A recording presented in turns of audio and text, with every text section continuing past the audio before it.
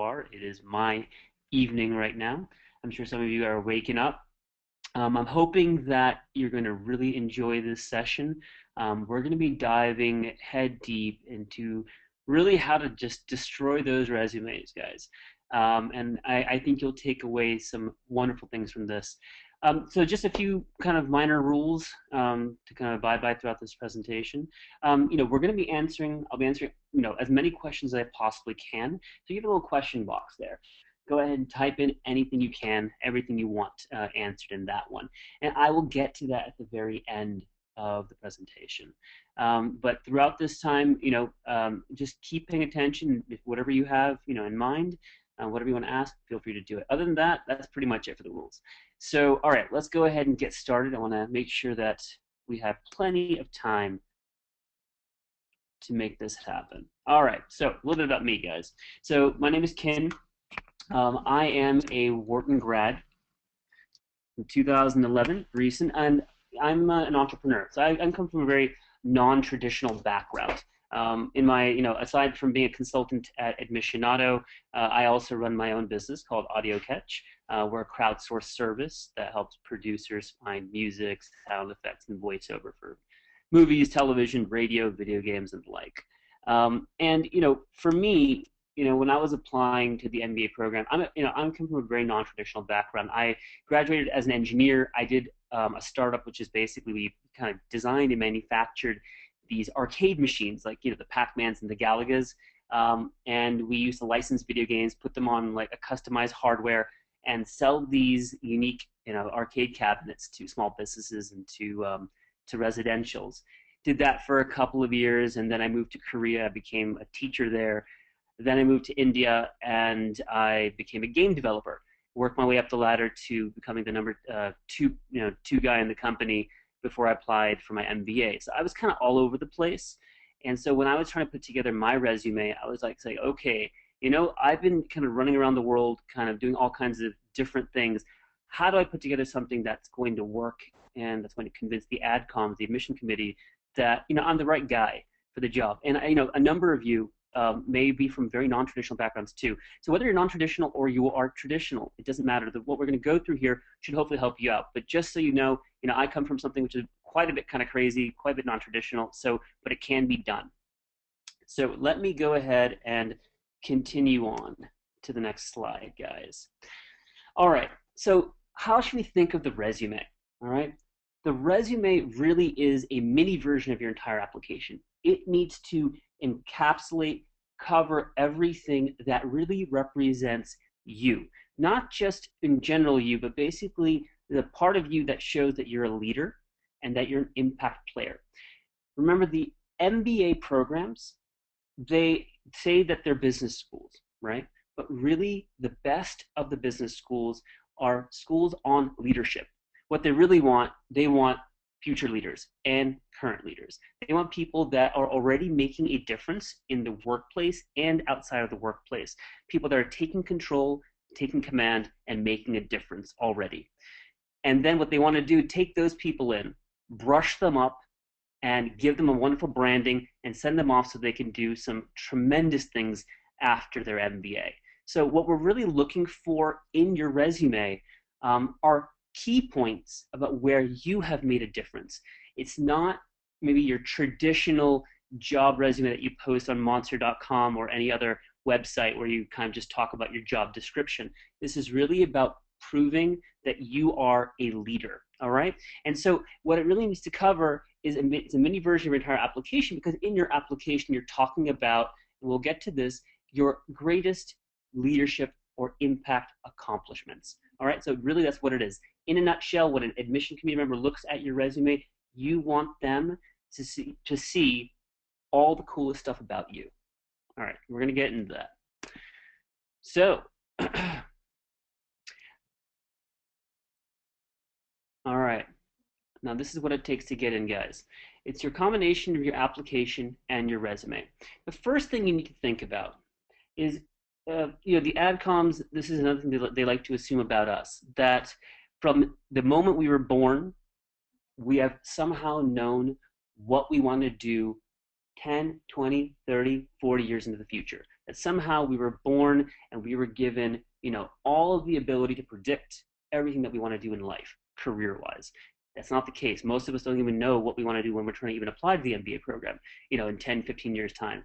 But they like to assume that we do already know. So what does that mean? Well, you need to be able to first figure out what you think is a credible long-term goal for you.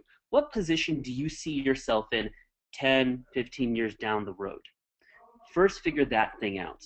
Then what we need to do is we need to work backwards and ensure that whatever you have been doing up until now thematically works for that. So, for example, let's say I was a clown juggling balls in the circus, and now I'm applying for my MBA. And I'm saying basically that my long-term goal is I want to be an investment banker.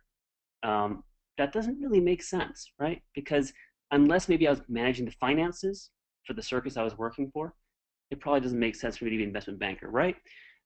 So you have to make sure, that's an extreme case, but you want to make sure that your goals match up with what you're currently doing and what you have done in the past. If you don't, then the AdCom thinks that you really have no clue of what you want to do, and you're just applying to the MBA for whatever reason because it just looks good. We don't want them to think that.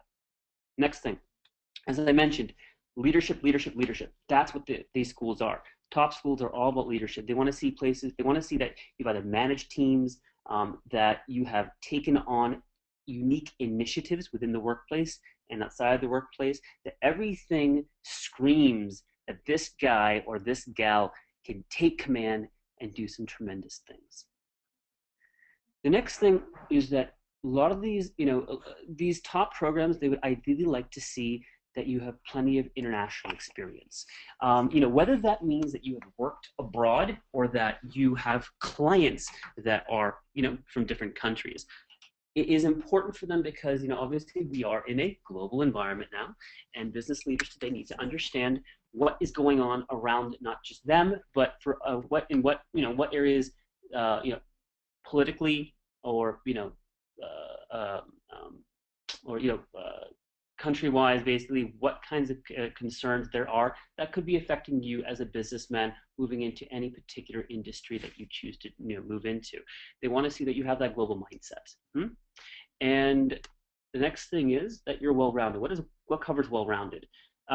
It's basically things that are not just your normal job. If you're an engineer, right, you have a strong technical background, that's wonderful, but we don't want to just show you as a techie. We want to show that, hey, you know how to get people to work together well. Or, hey, you have outside interests, things that are not related just to technology itself. Maybe you help the homeless. Maybe you teach. That's what we want to see, that you are more interesting than just your specific role in your company. That you take good judgment calls. So again, that kind of relates to the work that you've done in your past and relating it to your future goals, right? That everything you take, every step you've taken in your career has made sense and has positioned you in a way that you're doing really well, right? That you've taken the right decisions. And ultimately, that you have passion. When you choose your long-term goal, guys, even if you are not really sure if you're going to actually do it in the future. Most of us, to be honest, I can say 75% of people that applied to Wharton with me didn't walk out of Wharton doing what they wrote in their essays. It just happens. And whether it was on purpose or not, they often go into different directions because they get educated. They get, you start to learn about other things you can possibly do. But still, ultimately, when you write, you want to write from a point of passion. What that means is choosing a goal that really connects well with you. Because then what happens is it comes out in your writing. And that's what we want to see. It's very easy as an AdCom to read essays and to not really believe it. Because, the guy's like, what, this guy he's just making this stuff up just to make himself look good.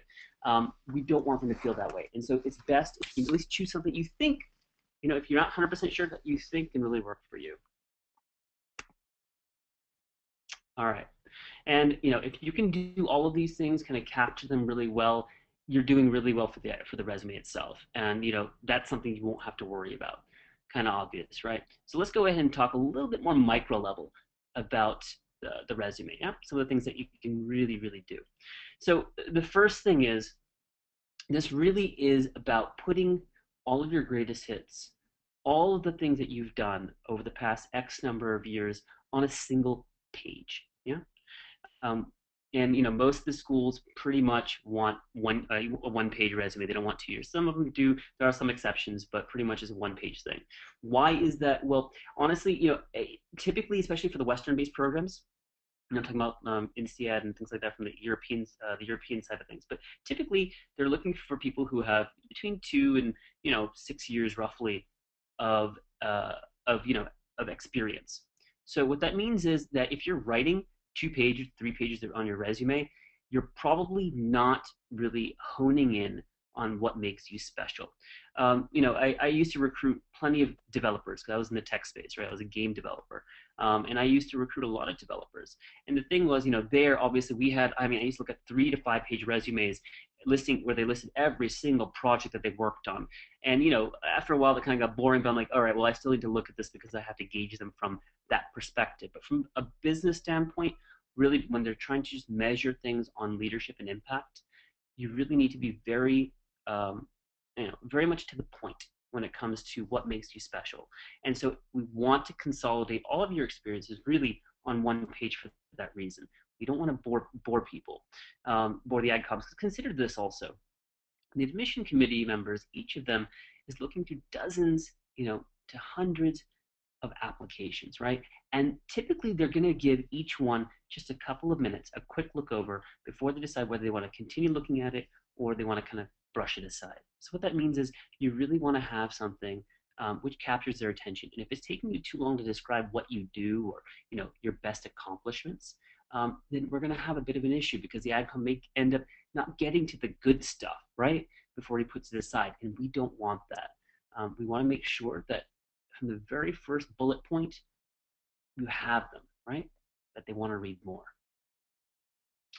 And the next thing really is that, we already touched upon the fact of the European ones.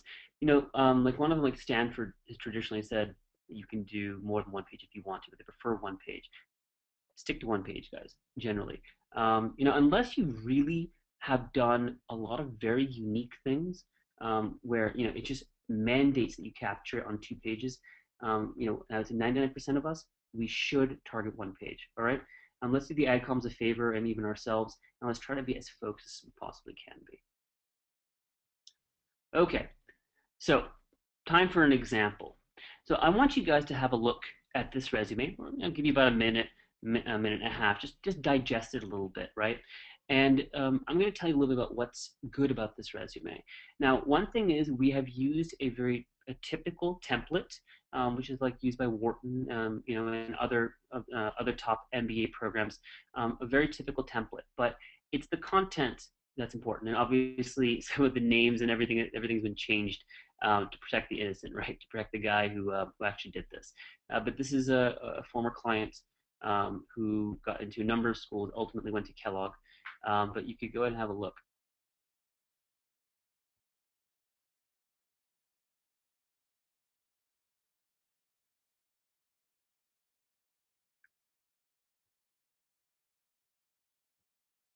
So what we see here, guys, first of all, let's look at the first 3 bullet points. This guy is an engineer, right?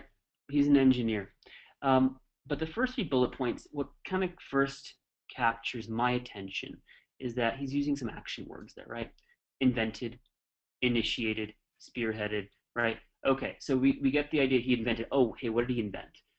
He initiated and led a team. Oh, great, something managerial, right? The first thing I see is this guy. He's an inventor. Okay, he's an idea guy. He's a technical guy. He creates things. Second one is, oh, he managed people. Awesome. And the third thing is, he takes on his own initiatives, right? He pushes forth ideas. He wants to do things that are going to improve his company, improve his division. So at least those 3 at the very beginning, when I look at that, the first few bullet points, just the first few words, it captures my attention. That's what I'm looking for, all right? And then from there, what do we see? Do you notice how in each of these bullet points, right, the guy's actually not giving me a bullet point giving his job description, right? He's not saying, hey, I'm a senior engineer and I work at this particular kind of company and I work on this kind of thing or that kind of thing. He's not telling us that. But we're getting the context that He's an engineer. He's very technically minded. He basically has invented things. He creates things that are very technical related to water purification. That's what he does. And we get that just from looking at these bullet points, which are really bullet points on the accomplishments that he's had in the workplace. If you notice that, the first three bullet points, we get a sense of what his job is simply by looking at his accomplishments. That is how you want to tackle your resume. As best you can. Don't have a bullet point where you're just saying this is kind of what I do in the workplace. If you can avoid it, instead integrate it with your accomplishment. And so one thing I like about this, right? If you look at each of these, do you notice how they're numbers? That he provides numbers in the first, second, and even in third bullet points, right?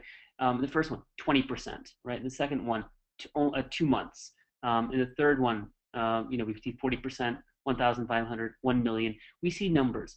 You see, ultimately, here's the issue with the resume, right? Is that you can't, really explain everything that you're doing in the workplace. You can't explain why you're awesome, by giving a long descriptor. But what you can do is provide cold hard facts. And that's what he's doing here, right? He's giving us numbers. So at least we can say, all right, you know what? He improved something by a certain percentage. He's giving me numbers. How much he saved? He saved $1 million, right? These are things that I can understand as an ad cop. And I can say, oh, that sounds pretty cool. The second thing he's doing is he is what we call benchmarking, all right? So what is benchmarking? Well, the idea is this. If I say I saved my company $1, or I say I saved my company $10, or I say I saved my company $1 billion, right?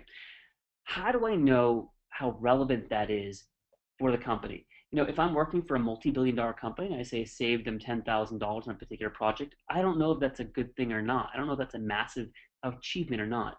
But if I'm working for, say, a company that generates maybe $10,000 a year, and I brought in another $10,000, worth of clients, that may be a great year then, right? Because we just doubled the number of sales. That's what a benchmark is. It's basically taking a number and comparing it to something to give us a sense of how amazing that number can be. And so he's done some of this stuff here as well, right? So, at the very beginning, he says, okay, I've improved performance by 20%, but it's not just 20%, it's 20% better than a competing commercial product, right? That's a big thing. Because now we say, okay, you know what? That may be a huge improvement over something else. He also talks about how in the first bullet point that he rejuvenated a failing 2-year project within only 2 months of joining the team. So we know now that there was this project that they were working on for 2 years. Within 2 months of joining this team as almost like a fresher, basically, he was obviously he just turned it around. That's a big thing. If he had just said it within 2 months of joining the team, I made this big improvement, that would be cool too. But the simple fact that we know that this was a failing project for 2 years tells us something about how cool this guy is. How he's done some amazing things. So the main thing again, just kind of going over the key points of what makes this great. Everything is results focused, right? We're not just talking about job descriptions. Everything is about metrics and benchmarking, and benchmarking those metrics. And it is all about the greatest hits of his career. In this senior engineer job, position, basically, we have 3 big hits, right?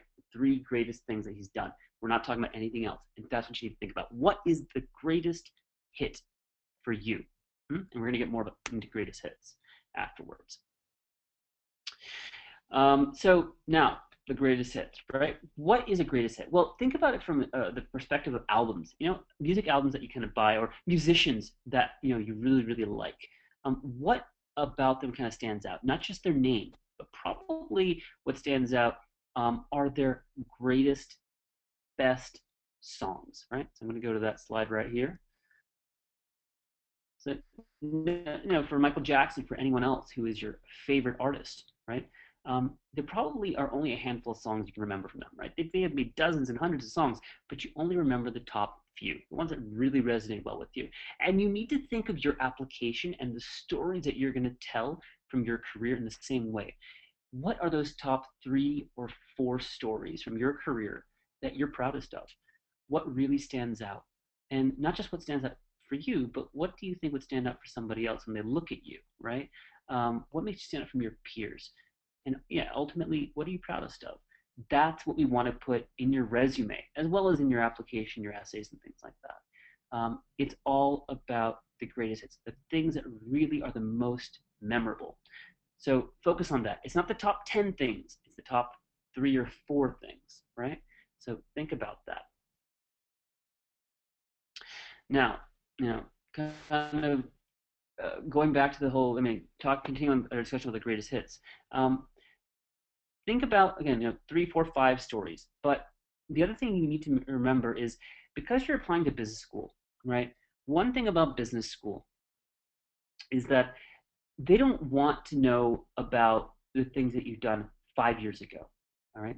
And I'm going to talk about this a little bit later in the presentation. Basically, they're trying to latch onto people who are on an upward trajectory, people who year after year keep breaking their own records and keep standing out from the pack.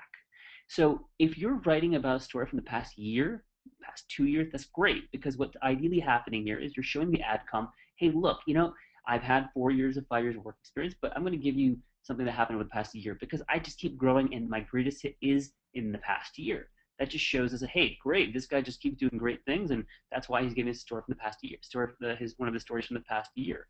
But however, if all of a sudden your greatest hits come from 5 years ago, 6 years ago, 7 years ago, now we have a bit of an issue. And why is that? Because again, the adcoms want people who are an upward trend, right? Who are hot commodities. They want to grab onto them when they're hot. And if the hottest moment you had was 5 years ago, 6 years ago, they're not going to be, as excited to grab onto you.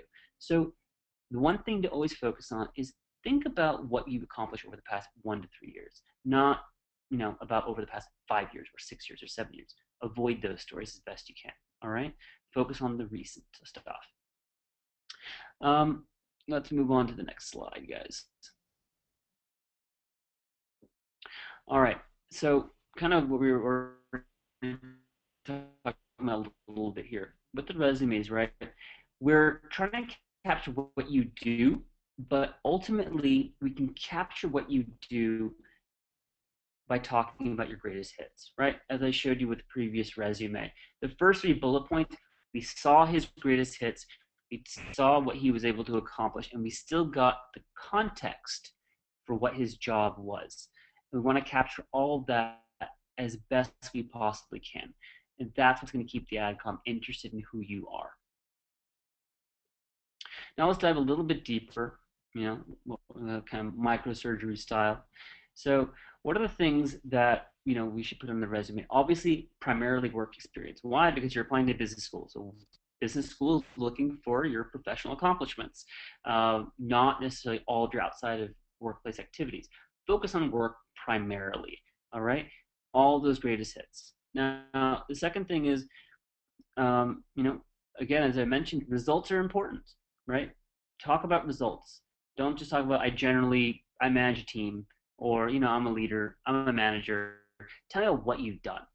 Tell me what makes you stand out. An initiative that you took on, and what were the results of that initiative.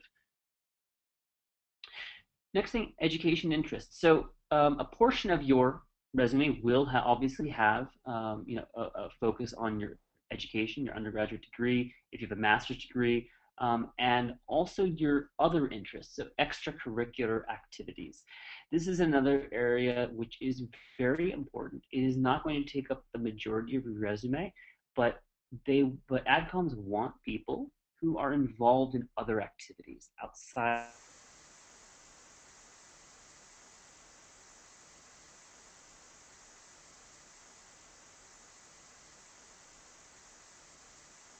of just the workplace, and common for as part of their extra focus.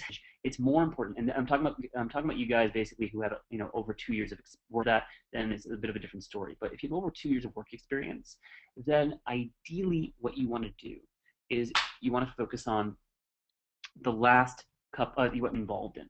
All right, a little bit.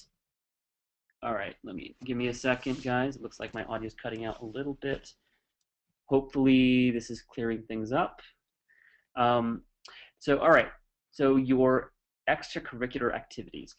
You want to ideally be involved in extracurriculars right here and now. The AdComs MBA programs want people who are interesting more than, beyond just their professional accomplishments. They don't want to see, like I mentioned before, that you're just an engineer. They want to see that you're well-rounded, right? So be involved in other things. Take a leadership role in anything that you do outside the workplace. Don't just be a volunteer. Don't just participate. Be a leader, make an impact. So if you enjoy soccer, if you enjoy football, if you enjoy basketball and you're participating in a team, great. But why not try to become captain? Or why not try to become a coach? Or why not try to, get more people involved in that particular sport? Why not help to grow that community more? Take take it as take every opportunity you can to improve whatever you're participating in. That can be put on your resume. That can be put within your application, within your essays. And that is what is going to convince the AdCom that, hey, this guy, this gal is interesting. This is someone I would like to go to school with because they are more than just their job. All right.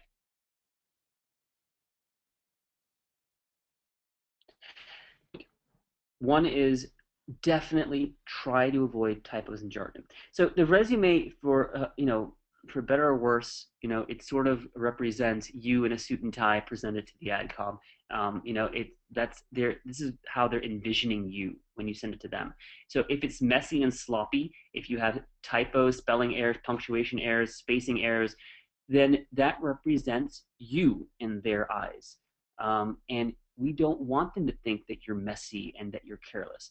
To them, they're saying, if this is the way you're presenting yourself to us, this is that one document at the very front of your application is your resume. And if this is the first thing you're showing me and it has a bunch of typos, we're having problems already because that means you didn't take the time and effort to make sure that everything was pristine.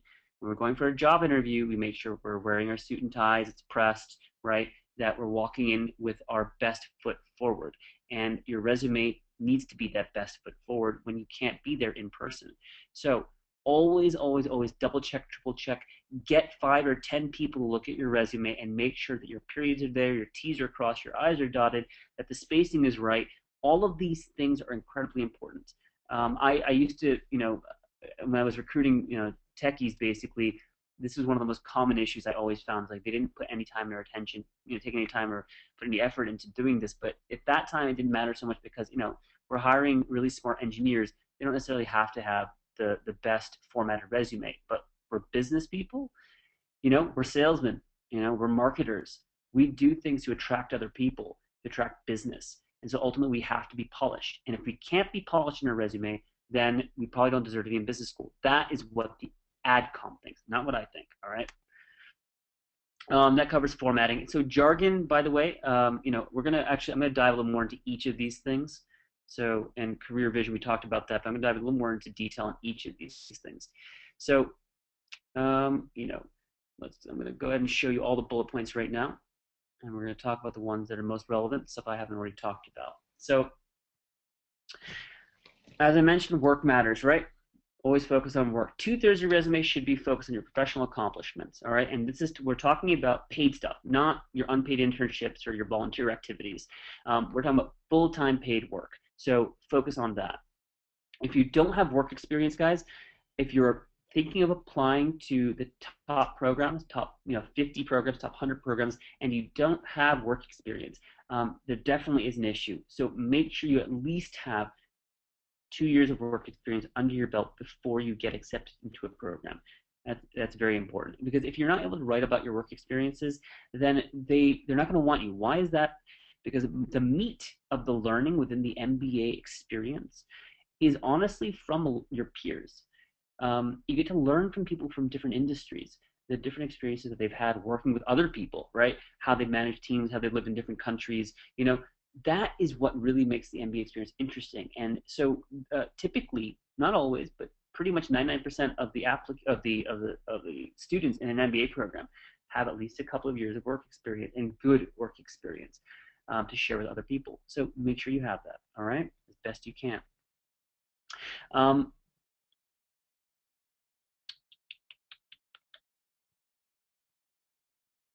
Sorry, there was a little bit of a break up there. So ultimately, your work experience is the most important thing here, all right? But even with that said, we want to show that you're always improving, right, guys? I mentioned that a little bit earlier, that you're always on that upward trajectory, upward trend, always. Remember to add metrics, right? Use percentages, dollar signs, numbers, number of people on your team that you're managing, the amount of the amount that your team has increased, the number of people that have joined your company or joined your team since you became the lead, whatever it is, the amount, how you've generated additional profits, and how that stands out from everybody else. Metrics, and then objectifying the subjective, which is the benchmark that we talked about, right? So that is saying I have a number of 1.5 million, but is it really cool? Is it really important? Well, hey, you know what? I generated $1.5 million. That's $500,000 more than anybody else has in the company's history. Or I was the youngest person to generate $1.5 million for my company, right? Other things, you may earn awards or you may get promotions. When you earn an award, and we want to make sure is that it's impressive. How do you make sure it's impressive? Well, if you win an award, I don't know as an AdCom whether that's a cool award or that's just an award that's given to everybody. Is it given to just one person or everybody? You need to tell me that. So if you say, hey, I won the Star Award, and the Star Award's only given to 1 out of 1,000 employees every year for a specific accomplishment, then that tells me you're really cool. But if you tell me, hey, I got the Star Award, which is given to probably about half of my team, half of our division basically every year, that's not as impressive, right? So the more exclusive the award, the better it is. And the other thing would be bonuses or promotions. So if you earned a bonus, was it more than anybody else? What did you get the bonus when nobody else really got a bonus? When it's a promotion, were you are you growing in your company faster than the typical average person? So you got promoted to another position within a year, but maybe normally it takes people 3 years to do it. You want to mention that in your resume because that shows that you're impressive. Ultimately, in your resume, you're telling us what you've done, right? What the cool accomplishments are.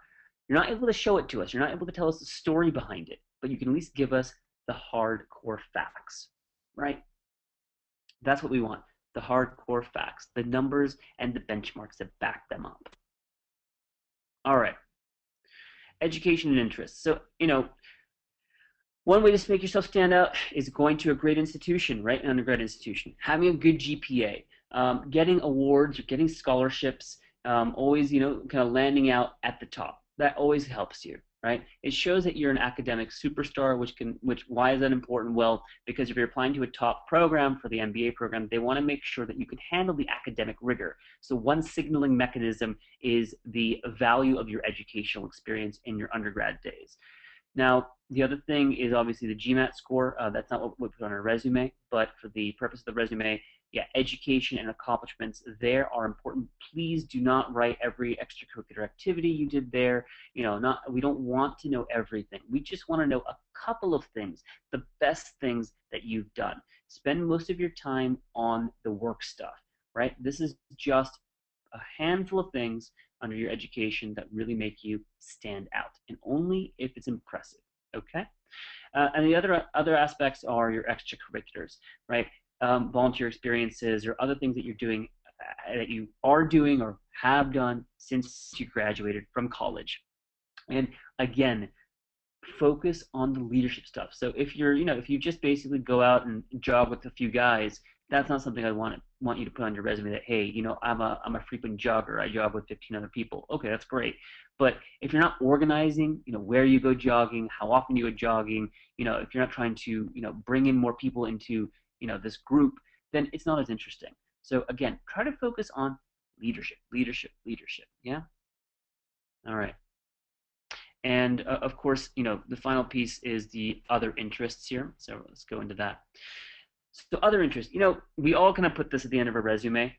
Stuff that says, oh, well, I also love to read books and I love movies and I love dancing and all that stuff. That's not really that interesting, right? Because why is that? Because it's 30,000 feet material. When you say that I like movies, well, I don't know what kind of movies. I like movies too, but what kind of movies do you like? Or if you like to dance, okay, well, I like to dance too. But what about dancing is really cool for you? The key is to be very specific. So we don't say you just like to dance. What we want to say, or singing, dancing, that's the boring stuff, right? No one wants to hear that. Well, we want to hear stuff like this, right? That, hey, you are a competitive karaoke person. You do flamenco dancing, right? This is the kind of stuff they want to see. That's interesting. That makes you stand out. Why? Because then the AdCom can envision. They can visualize what you do. They can imagine you in your outfit, out on the dance floor doing your thing, right? Whereas if you just say I'm interested in dancing, well, maybe you're talking about going out to a rock club and just kind of dancing it up over there, going to concerts, whatever it is. We don't want that. We want them to be able to visualize what you enjoy doing. So give a little context to it, right? Give a little context. Okay, let's go to the next thing. So as we were talking about typos, right? And I focused on that quite a bit earlier. Again, guys, the main thing here is ensuring that no one's 100% perfect. We never will be. There's always going to be something we can improve in our resume. But the last thing we want to show the AdCom is that we're careless, right? Things are kind of obvious. So as I mentioned earlier, make sure that you are focusing on having the most polished resume you possibly can. Show it to as many people as you can in order to ensure that you're putting your best foot forward. Because again, because you can't be there in person, this is what represents you, right? To them, the first impression that you're giving them. Try to avoid them at all costs. Yeah. So the next thing is, let's talk about jargon. All right. What's jargon? Technical terminology that you use in your industry, in the workplace, that not everybody else would know. And what we're kind of taught is like, using acronyms and using all this technical jargon in our jobs that makes us sound really smart. Well, in a way, what it does, it signals to other people, that you do belong to a particular industry, to a particular community of professionals, right? That's what it really signals. However, the unfortunate thing here is that it's going to likely work against you if you use a lot of that technical jargon within your resume to the MBA programs. Why is that?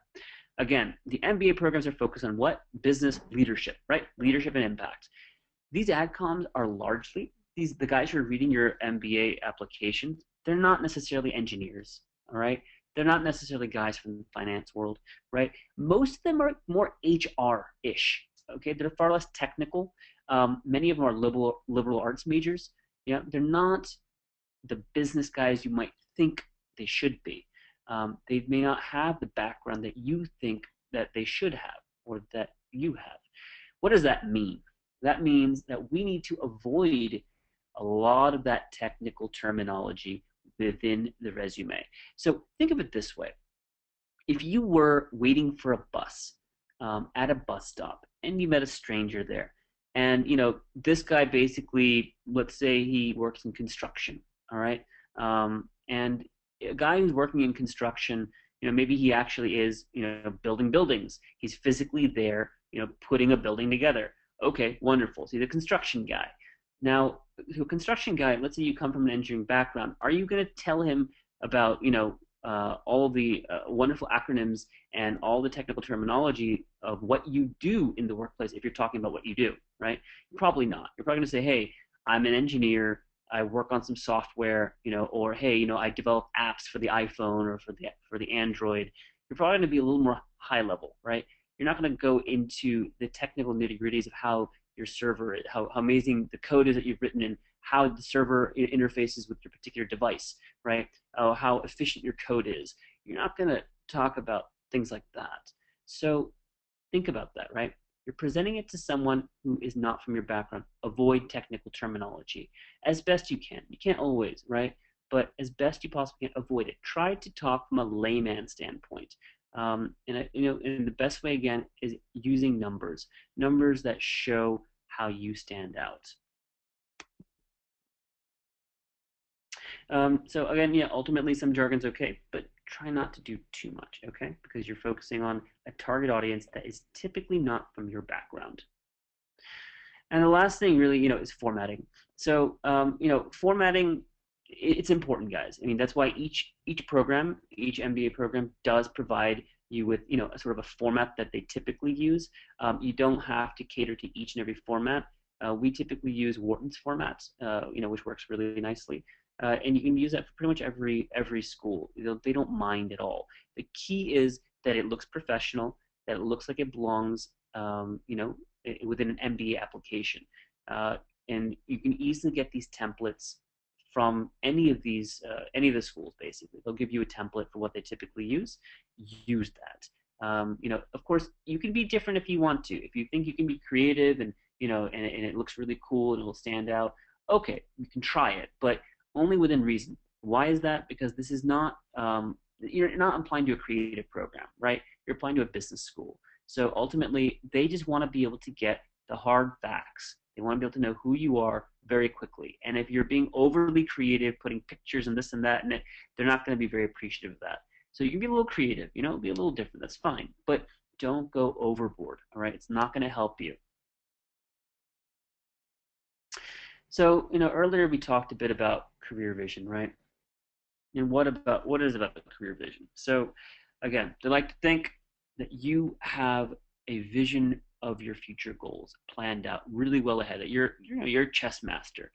You know exactly what step you need to take, why you need to take it, and that it all fits in very logically. That there's a theme running throughout that, and that has been running throughout your throughout your entire career. And honestly, for many of us, that's not the case. But we have to show that within our resume. So when you talk about the jobs that you've had, right, in the past, you don't have to write everything that you've done. You can write things in there that are relevant to how you're trying to position yourself. So if you're trying to position yourself, as a consultant, then it's okay. Then it's okay to first of all present any of the previous work that you've done. Let's say if you're an engineer, it's fine to present your engineering work, as if you were managing certain things, or you were taking initiatives in a way that you're trying to solve a bigger problem, like a management consultant would. You can present yourself from a particular theme, even if your background has nothing to do really with being a management consultant. But you can present those things in the right way. You don't have to include every part-time job you've taken. You don't have to include every job you've taken, as long as there isn't a sizable gap. Some of us have multiple jobs. There are people like that, right? So you can pick and choose the ones that make the most sense. The main thing is don't have a gap between too long of a gap between any of your jobs, but pick and choose a little bit and think about how to present yourself within the resume, right? So that it works well with your career vision. And that's really that's really what's going to help you with, standing out. Only, I think, from the perspective of a future recruiter. Not just the ad comp, but a future recruiter. When they look at your when you look at your resume, right? Do you stand out for that person? And when we're talking about the recruiter, we're talking about your short-term goal. Think about somebody who is going to be hiring you after your MBA, right? You've gotten your MBA, but you also have your previous work history. Everything needs to fit nicely together, thematically, right? Similar industries or whatever it might be. So think of it from that perspective. Show your resume to some of your friends or people, if you know people in the industry you're trying to target in the short-term goal, right?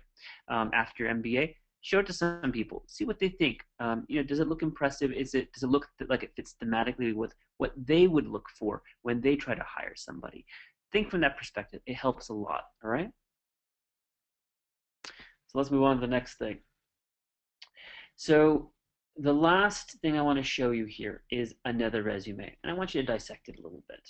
Okay, I'm going to give you 30 seconds or so. Have a look, and we'll talk about what makes this a good resume.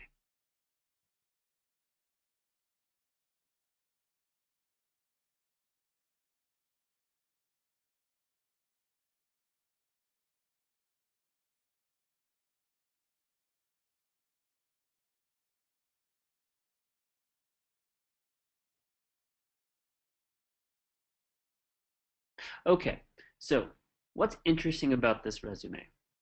Well, if you notice, for one thing, this guy was originally an engineer. Just like this is another, former candidate, former client of ours. He's now at IMD. one of the top European MBA programs out there. They basically take in really experienced executives. They churn them out, after a year, and they put them in some of the highest positions you can think of across Europe. It's a very hard to get into MBA program. Very few get in. Not many people know of the MBA program except for those in Europe. But those who get in, they do some amazing things after graduating, and they do some amazing things in beforehand. So that's why you'll notice that this guy is actually a lot more experienced than the previous resume that I showed you. And obviously, not everyone's going to be this experienced, nor do they need to be, but it's impressive nonetheless. So he starts off as an engineer, and he moves his way up to basically being a factory manager. And sometimes it's kind of difficult to explain all of those things. So what he started off talking about is here. It was somewhat important to explain the scale of what he does. That's why the first bullet point, if you notice, it is not an accomplishment, right? It's not one of his greatest hits. The first bullet point we actually put here is a bit of a job description, but the reason for that is, again, we have to explain the sense of scale for what he does. So he manages one of Central Africa's leading cosmetics factory, right? And which generates a ton of money, produces a ton of units, and he employs a lot of workers, and he is responsible for all of this. And he started it up. It was him who kind of from the ground up, he was given an order from the CEO to do this, and he built this whole thing up and runs it, or ran it, I should say. So we talk about that. We give some numbers here, right? We're trying to give a sense of scale to who this guy is. But then we kind of start to notice some of the things that he's done, right? That he has expanded production, to 150 units from 40 million units, 150 million units from 40 million units a year over the course of, it was basically, I think it was about 3 or 4 years, basically, at that point that he kind of expanded to this level.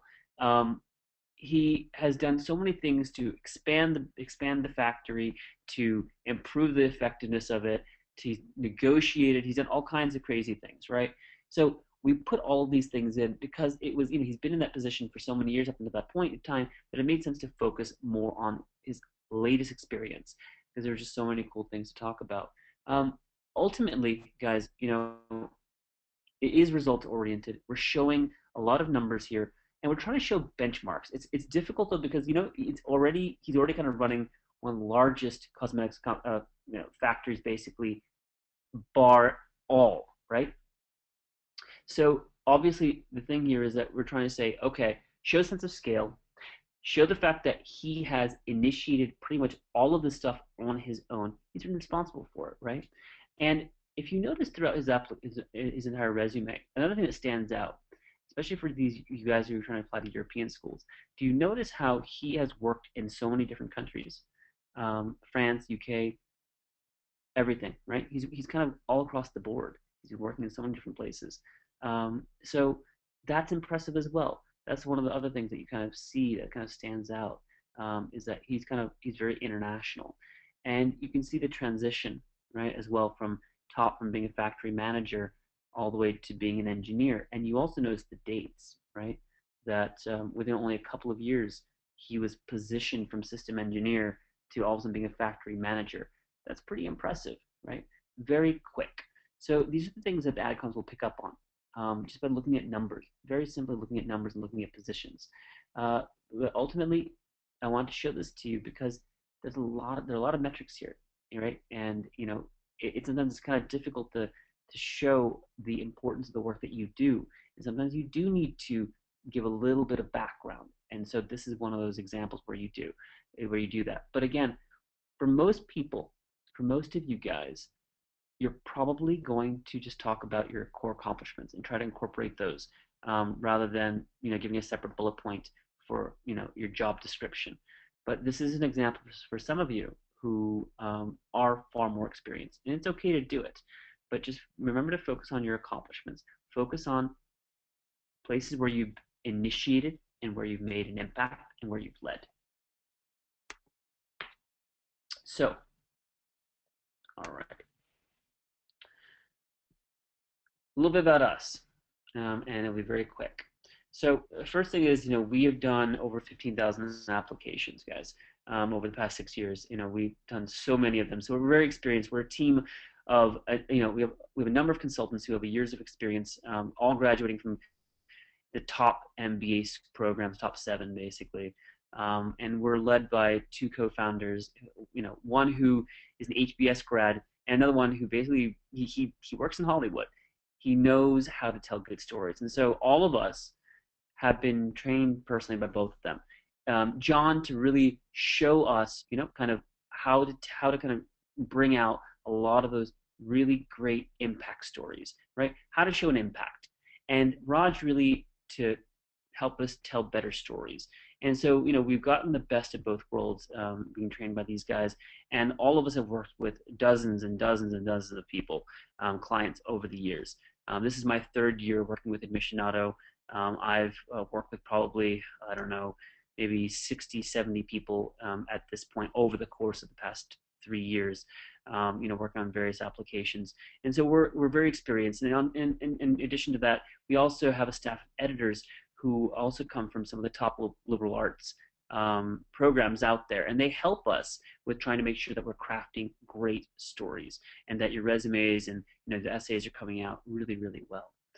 And we also live in all different parts of the world. So for me, part of the reason why I'm cutting out a little bit is because I'm based out of New Delhi right now. I'm U.S. born, but as you guys know, as I told you earlier, I move around the world quite a bit, and we have people all over the world working for Admissionado, all from top programs, and it's great. We all love this. We all love this gig. We all love working with great people who are really ambitious because we are ourselves.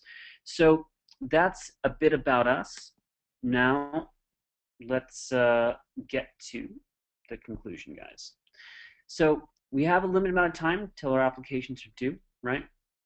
To craft this perfect resume as well as your application. Remember to focus on your past experiences and show how you have some of these greatest hits there. Always make sure to connect them to your final goal, right? Your long-term goals. Everything needs to fit together thematically. Try to focus on getting everything in on a one-page resume.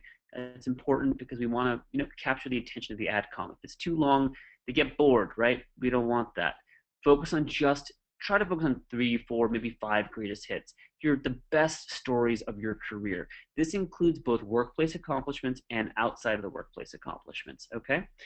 Ensure that about 2/3, if not more, of your resume is focused on work experience. Why? Because you're applying to business school. So ultimately, they want to see your professional accomplishments, the experience you have on paper. Focus on providing tangible results and achievements, right?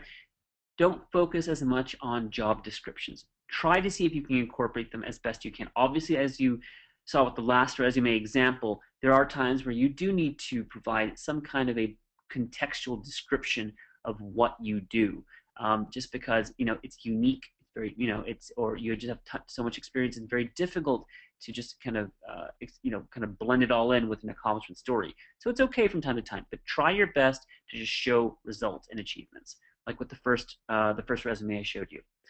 And the last thing is, when it comes to your education, keep it brief and focus only on a couple of the cool things you did in your undergrad. Don't talk about every club and community you were part of and all the great things that you did. 1 or 2 things that you think really stand out, because ultimately college was so long ago, the AdCom doesn't really care. The AdCom really wants to see what you're involved in right now. Yeah. The thing is, we want to show that you're well-rounded, that you're an interesting individual. You're not just another profile, right? That you are more than just your job. So be involved in other activities outside the workplace. And again, focus on where you can make an impact. Try to be a leader no matter where you go, and show that within your resume, in whatever it is that you're doing. Avoid typos, avoid formatting mistakes, avoid all the little jargony things. These are things that we don't want. We want to show the AdCom that you are thinking of them, that you realize that they're not from your industry necessarily, and that you want them to better understand who you are, what you do, and that you're trying to put your best foot forward and not show yourself as a clumsy mess. That's why we want to avoid typos, avoid all the make sure that you're crossing your T's, dotting your I's, right? Make sure you do that. Use a common format that they understand. They know the typical MBA template format. So as best you can, I'd suggest you just use that because it's easier for them to digest it. They are so used to it that, if you give them something which is a little too different, a little too creative, then, it kind of gets them out of their own mojo. Sometimes it could be good, but most of the time it'll just kind of turn into a bit of annoyance for them. So you can be a little creative, guys, but please try not to go too far away from the typical format. And finally, again, remember, as I've said a few times, focus on your long-term vision and make sure everything you say about your past experiences to your current experiences fits well with your career vision, because ultimately when you write your application and your essays, you're going to be talking about that, right? The resume is one part of your entire application. And the way you should think about your application, from your essays to your resume to your letter of recommendations to your online application, all of these things are puzzle pieces, right? And when you fit all these puzzle pieces together, it forms a picture of who you are and where you want to go in your future. So make sure that this puzzle piece, the resume, fits in well with everything else that you're writing for your application, guys. So the last thing is, I noticed that we have a lot of guys here participating who who are current clients. I recognize at least a few of you, I should say.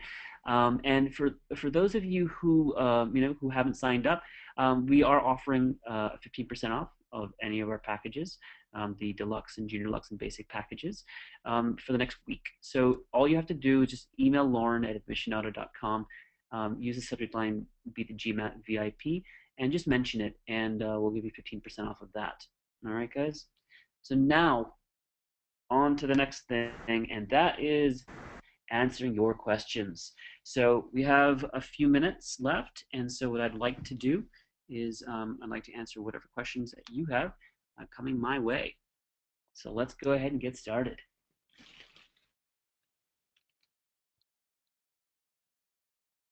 All right, guys, so here's a question. So you mentioned metrics a lot, but what if you work in an industry that isn't necessarily metrics driven, or it's hard to quantify? What do you do?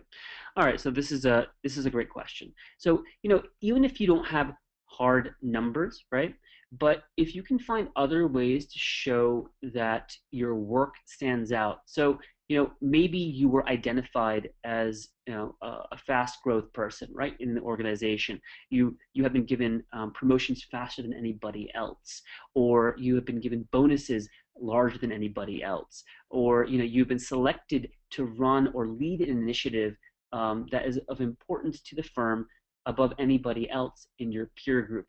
Those are other ways in which you can signal that you are an important person and that you are valued within your organization. So you're right, even if you can't do hardcore metrics, but by showing that the people above you have put faith in you, through some of the things I just mentioned, or even other things, right? That will be a good substitute for the metrics. But as best you can, try to use metrics. But if not, these are great signaling mechanisms. Okay. Hope that helps. So the next question. Is it good or bad to include a professional profile at the beginning of your resume? Ideally, guys, for I know what you're talking about. Usually, we'll have like 3 or 4 or 5 bullet points at the beginning of your resume, which says, this person I've accomplished this, I've accomplished that. I'm, a great technical person. I'm a great presenter. Avoid those things, and if you, it's best to avoid that stuff, because when you say things like that, you're not proving your case just by saying that, oh, well, I'm a great developer, or, I'm great at public speaking, or any of these things. These are all subjective, right? So we don't want to do that. What we want to show are hardcore facts. So avoid those types of things. It's better just to dive directly into your resume, in the format that I showed you, and just show the metrics, benchmarks, the stories, the summaries of basically your stories within these bullet points, rather than kind of giving an overall professional profile at the beginning. That way you're not really wasting any space, and you're getting to the point very quickly. Now, here's the other thing. What if your greatest hits goes beyond one page? Well, here's the thing, guys. If your greatest hits are going beyond one page, obviously it shows that you're an amazing guy. But the other thing you want to be cautious of is, if the ad columnist is reading a list of too many things, right? He won't know how to formulate you in his mind. What I mean by that is when he's thinking of you, right? He wants to be able to kind of think that he can summarize your candidacy in some way. But if you're writing too many things, he may have a difficult time putting that together. So one thing about your application strategy is you have to think about how you want the AdCom to envision you as a candidate. And the best way to do that is to leave only a couple of things in your resume or a couple of things in your entire application that keep standing out. If you leave too many things, then what happens is he or she has a hard time formulating the person that you are. If he's reading through hundreds of applications, he may remember only one or two or three things about you.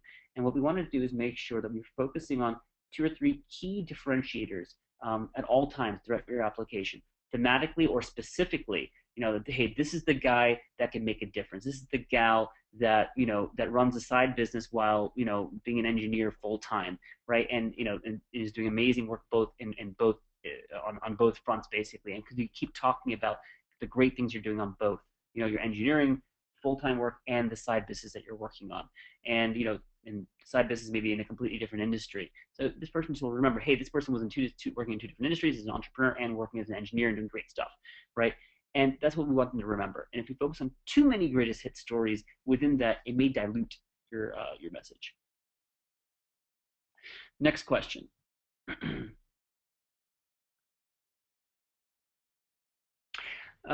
So is it okay to drop the contact information from the resume given that this information is communicated to AdComs through other elements in the application? So when you say contact information, your contact information, yeah, absolutely. At the top of your resume, you actually state what your name is, your phone number, your email address, and things like that. So you can absolutely drop that kind of information. Not a problem at all. Work email or personal email, that's a personal email is the best one. Why is that? Well, here's the thing, and this could be more from a strategic standpoint more than anything else. See, if they're using work-related emails, sometimes, if you feel comfortable with work, great. But often what happens is, when we're at the workplace and we're trying to apply for the MBA program, strategically, we have to be very cautious about, signaling to people around us that we're applying to the MBA program. If we're very open about it, great. But for most of us, sometimes we have to be very cautious of who knows and who doesn't, because we're worried how it may affect our tenure at our current job moving forward if people know that we're applying to an MBA program. I had to be very cautious of that. I remember that. So ideally, I would say personal email, but with that said, with your letter of recommenders, ideally it's better if they give their work email address. All right, because it gives a bit of a signal, and it proves where that they actually do work at the place where you have claimed that they work. Right. So that's where I would say you should use work more than work email over personal. Next thing, do you think a section at the bottom specifically for skills, soft skills, is useful or should be avoided? Okay, so things like, hey, I'm great at presenting, right? I'm a great presenter, or I'm a great public speaker, or things like that. Remember how I gave you the example of being a great dancer? I like to dance, I like to sing, stuff like that. That's not as cool as saying, hey, I do flamenco, right? Um, think of it the same way, in the same exact way.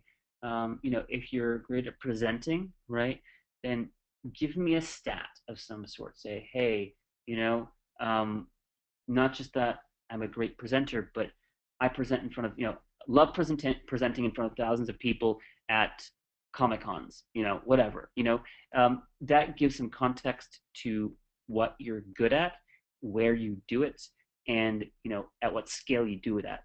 So be specific. So it's okay. You can list a couple of soft skills, but saying that you're, proficient at Excel or something like that, that's not really that relevant, honestly, because most guys coming into an MBA program would be, maybe good at programming, or may know Java, or may know Excel. That's not as cool.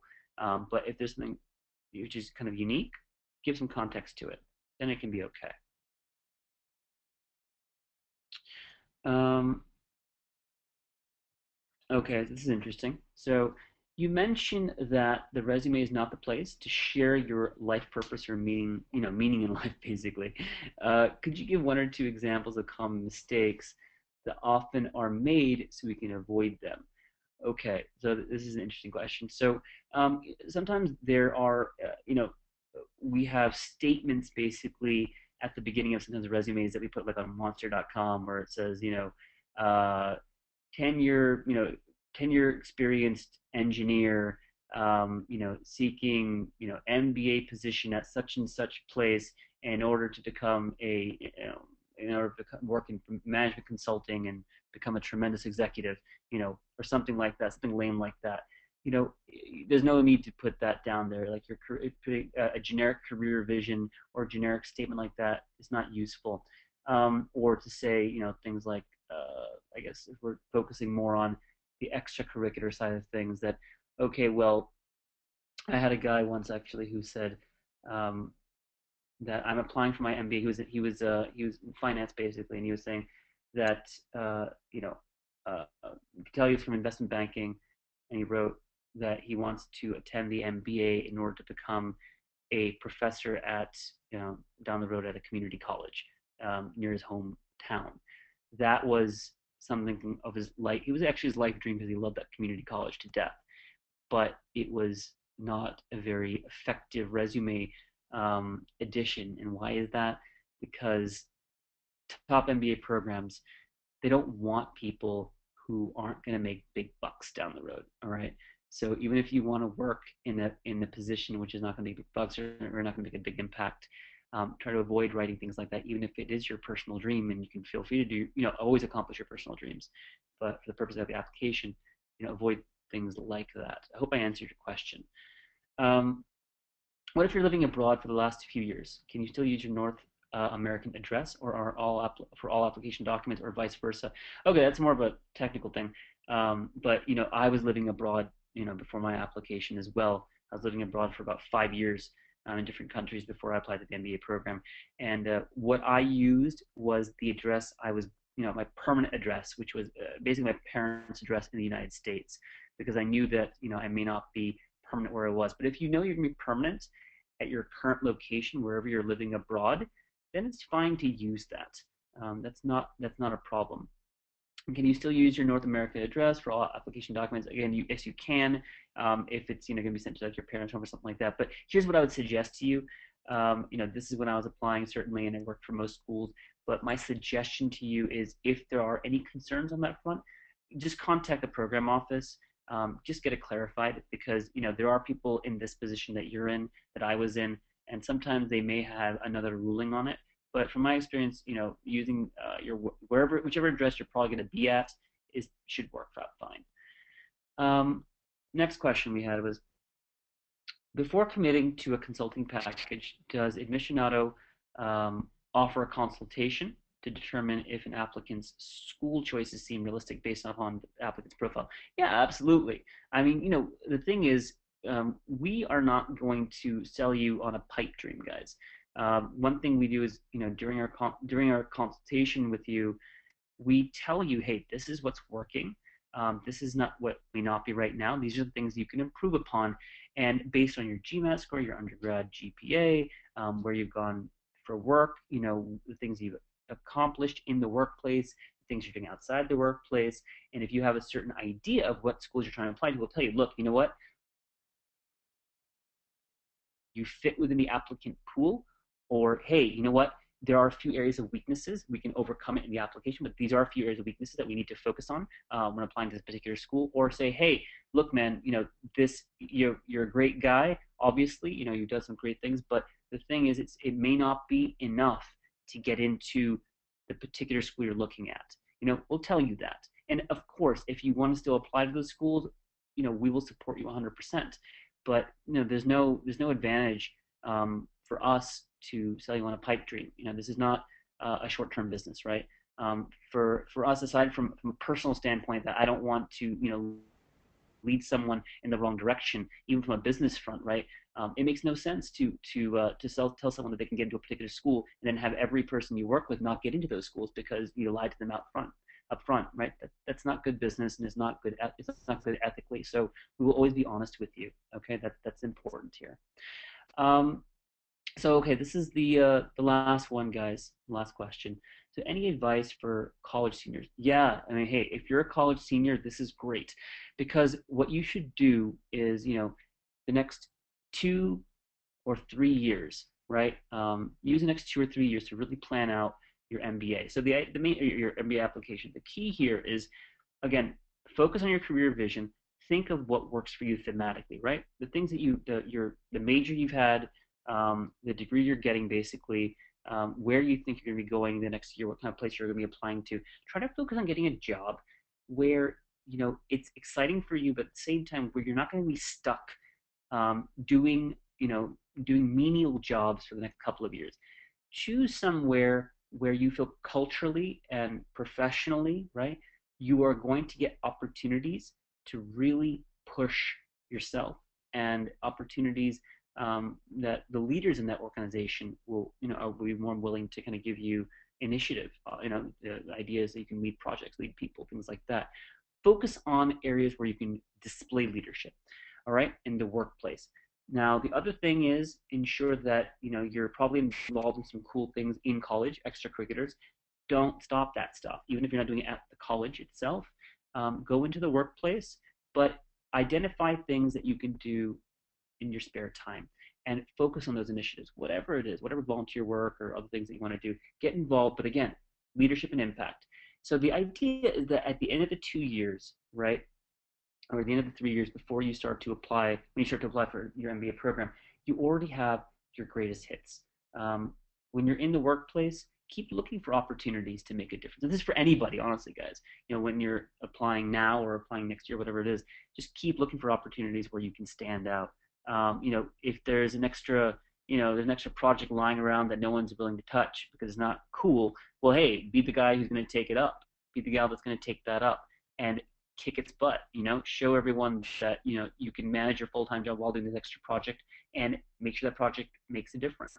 Stand out, right? Just take on those extra initiatives. Show people that you're ambitious, whether you're a college senior or you're currently in the workplace, and plan those steps out so when you do apply finally, you're in a great position.